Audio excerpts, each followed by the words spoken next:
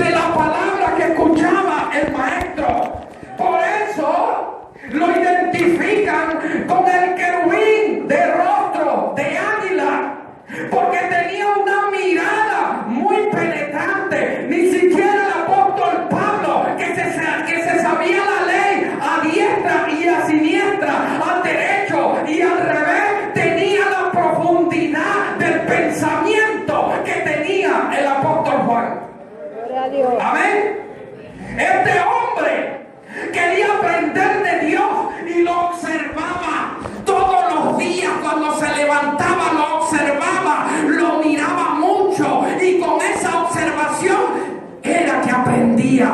Aquí en el Evangelio no necesitamos una miradita solamente de Jesús, tenemos que estar totalmente concentrados. Por eso dice el libro de los Hebreos: puesto los ojos en Jesús, el autor y consumador de la fe. Nuestros ojos tienen que estar fijos en Dios para poder captar la belleza de Él, porque si no, no vamos a captar absolutamente nada de Él.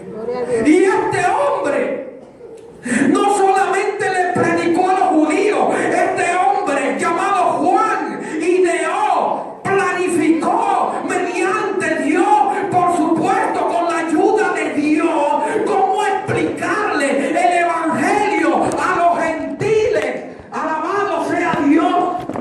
Gloria a Dios. Y tomó precisamente esta concepción que era judía totalmente, la concepción del verbo de Dios, la concepción de la palabra de Dios. Pero esta palabra, mis amados hermanos, que en el griego se traduce logo, no es simplemente una palabra, es algo muy especial que nosotros debemos aprender todos los días. Cuando el apóstol Juan identifica a Jesucristo con el verbo de Dios, le está dando una connotación gigantesca, mis amados hermanos. No es una simple palabrita, es algo extremadamente profundo que poco a poco vamos a ir descubriendo, mis amados hermanos. A medida que nos metamos con Jesucristo, vamos a tener una concepción más grande de lo que es Dios.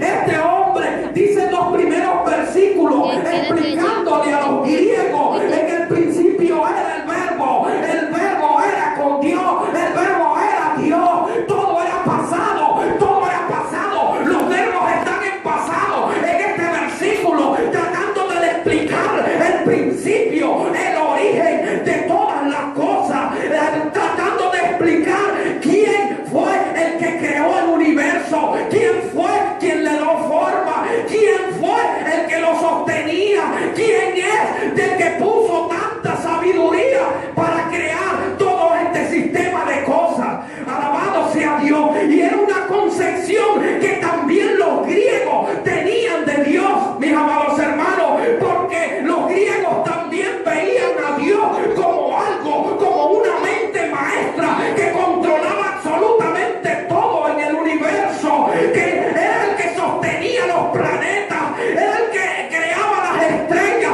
y las sostenía mediante su poder. Los griegos tenían también esta concepción judía, y Juan aprovecha para explicarle el evangelio de Dios a ellos también, para que lo entendieran bien, porque si no, Juan y todos los apóstoles tenían que darle un curso intensivo de la cultura judía a los griegos, e iban a perder mucho tiempo. Juan le está explicando, Juan le está resumiendo a los griegos que Dios es total. ¿Ven? Que tanto los pensamientos de Aristóteles, tanto los pensamientos de Sócrates, de todos esos grandes pensamientos de los filósofos griegos, estaban acertados en la cuestión de Dios. Que si existe alguien, un creador del universo, que si existe alguien que controla todas las cosas y todas las facetas de nuestras vidas. Yo estoy aprendiendo y cada día aprendo más, que cuando yo vivo, que cuando yo hago obras para Dios, cuando yo decido vivir el evangelio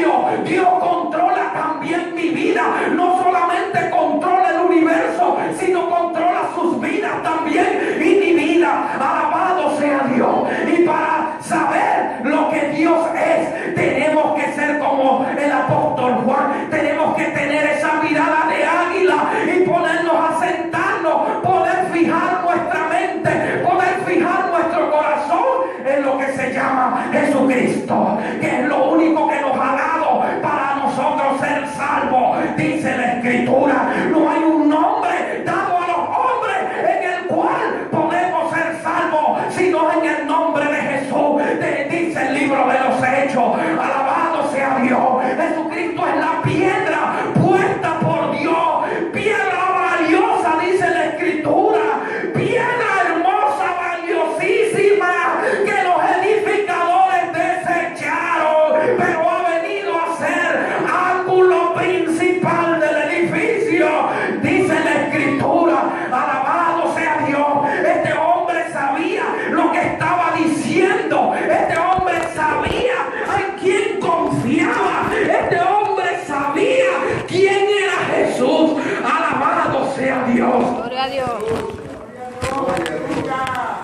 El verbo de Dios. Esta palabra, mis amados hermanos, tiene una connotación muy interesante. ¿Saben por qué?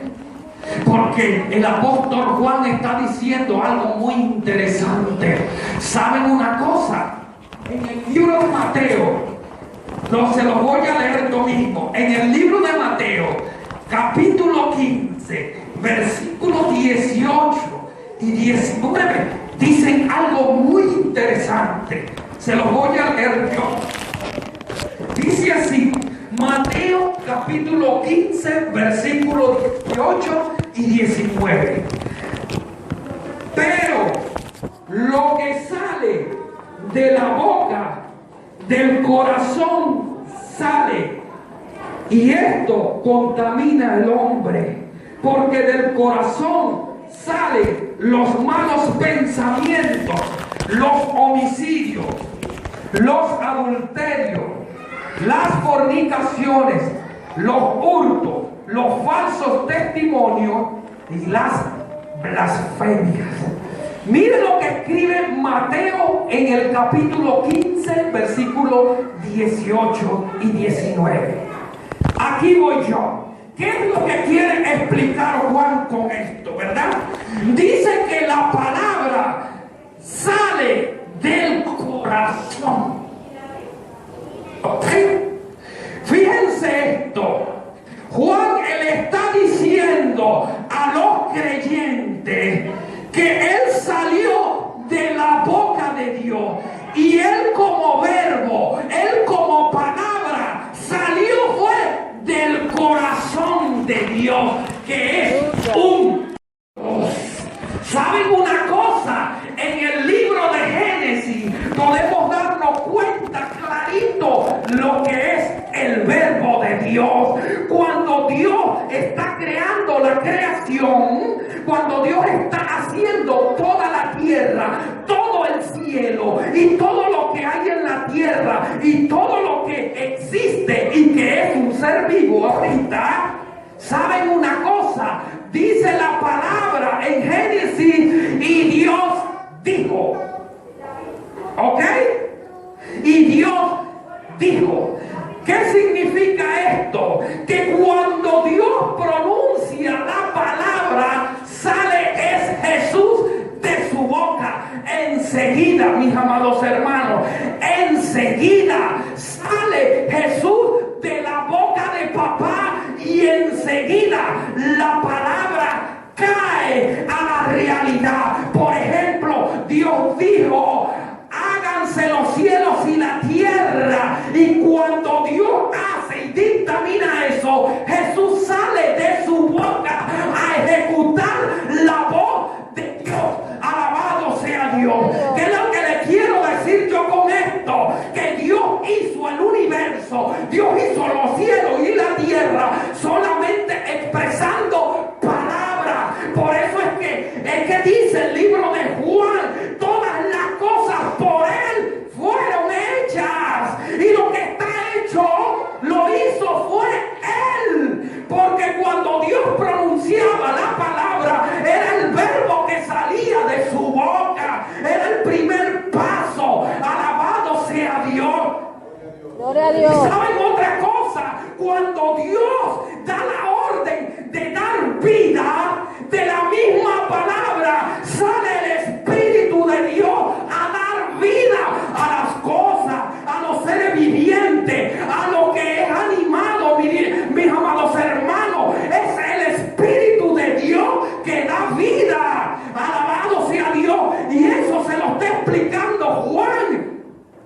personas, a los creyentes de aquella época.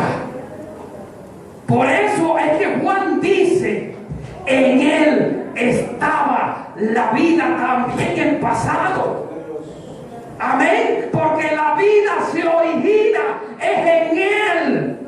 Cuando nosotros vemos personas que andan a la espalda de Dios, caminando según su voluntad, caminando según sus pensamientos, tienen que decir que esas personas que ustedes ven animadas, esas personas que caminan, esas personas que hablan, esas personas que sueñan, para Dios igualito, están muertos.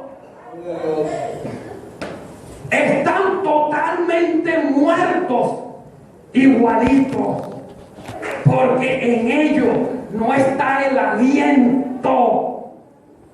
Amén.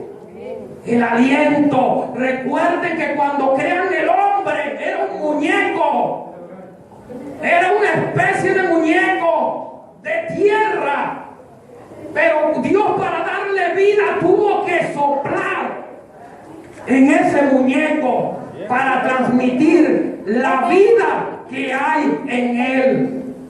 Por eso es que la Biblia nos dice claramente que nosotros somos de tres componentes: cuerpo, alma y espíritu. Dos inmateriales y uno que es material. Alabado sea Dios, porque la vida, Juan está explicando a los creyentes de la época, solamente estaba en Dios, estaba escondida en Dios. La vida solamente la puede dar es Jesús de Nazaret. Es el único que se le ha otorgado el poder. Es el único que se le ha otorgado la autoridad de volver a la vida todo aquello que está muerto. Por eso las escrituras enfatizan claramente que debemos apuntar es hacia Él, porque Él fue el que dio el sacrificio, Él fue el que dio su vida para rescate de muchos, dice la escritura. Si nadie acepta el sacrificio de Jesús en la cruz, van a seguir siendo muertos. Digan lo que digan, hagan lo que hagan. El concepto de muerte en la Biblia es totalmente diferente al concepto de muerte que tenemos nosotros los seres humanos. El concepto de muerte en la Biblia, Dios lo asocia que el espíritu, que el alma del hombre queda separado de Dios totalmente. Alabado sea Dios.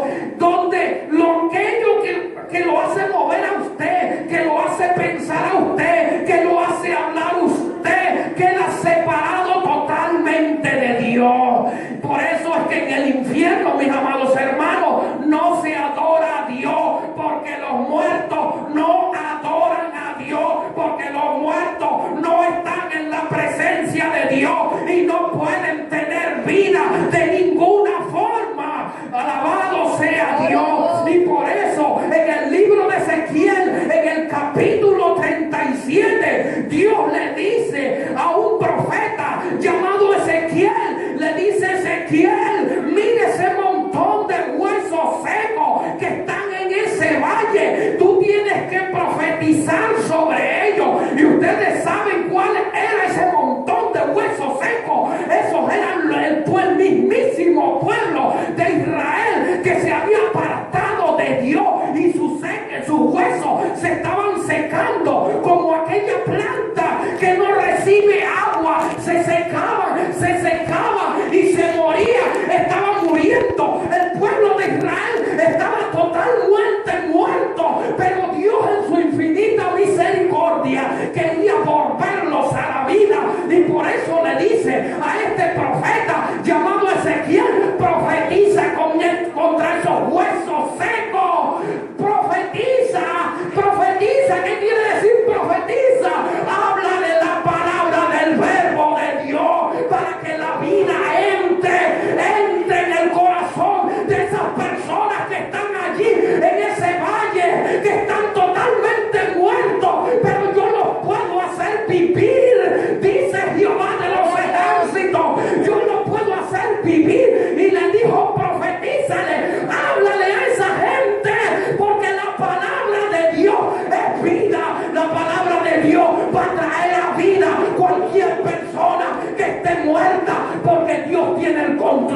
de todas las cosas. Mis amados hermanos, Dios tiene el control de todo. Por eso no nos debemos preocupar si vamos a morir, si vamos a vivir. Estamos en la mano del Dios omnipotente.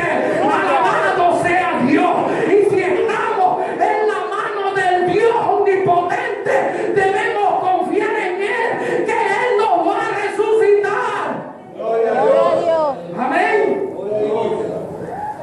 ¿Saben una cosa? Cuando a los humanos, en sentido general, les hablan de la muerte, se asustan, se aterrorizan, y eso es normal. Somos humanos y debemos sentir eso. ¿Saben por qué? Porque vamos a entrar a un plano desconocido totalmente de nosotros, y eso nos crea a nosotros mucha incertidumbre, y la incertidumbre lo que nos da es miedo, nos da terror. ¿Sabían una cosa? Por eso es que Jesús vino a revelar